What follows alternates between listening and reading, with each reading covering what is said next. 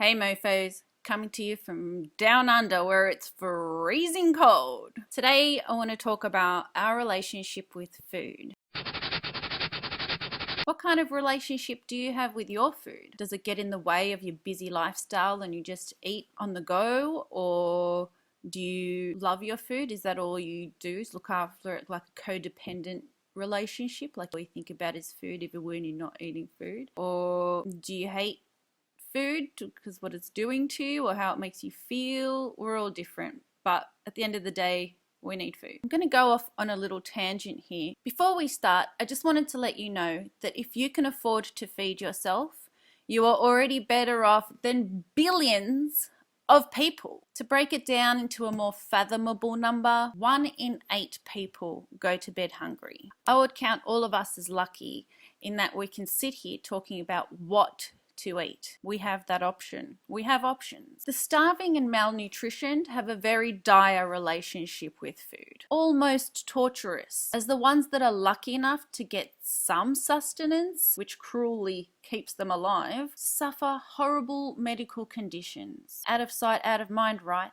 But guess who else this happens to? People that eat too much of the wrong fuel for the body. Your body is not you. It's a machine, and machines need power. A toaster needs electricity, a car needs petrol or gas, as you folks say it. We get our energy from sugar and carbs. Fact. It helps to think of our bodies as separate to us. It makes sense to do so, as we all know, we all enjoy the eating part. We know our body is thinking, fuck you, man. Anyone that has had KFC would know this feeling well. There is a famous saying for something that functions well: a well-oiled machine. But taken literally, this does not apply to the human body, as the one thing that hinders all functions in the body is fat. Yes, to all the wogs, this includes olive oil. I repeat, this includes olive oil. Just listen for once. To demonstrate, I will now quickly touch on the topic of blood. Blood is made up of cells and plasma. The plasma acts like a busy train in Delhi. Things hopping on, hopping off all the time, delivering essentials to the body like sugar and oxygen, and at the same time picking up crap to take to the tip like carbon monoxide. Picking up, dropping off, very busy this blood. One thing it relies on is flow. Bottom line, blood cells like to have their own space. Here's a little vid from Dr Swank to show what happens to the blood after eating a fatty meal. You saw it before when it was normal, and now it's normal again after recovery. Let's see. Well, here now you feed the high fat meal. Here we are. Here we are. See here. See this very slow circulation. That's very abnormal. Very marked stickiness of the red cells to one another. Here's clumps right here, and some red, white cells right there clumped. See the clumps down here, the circulation stopped.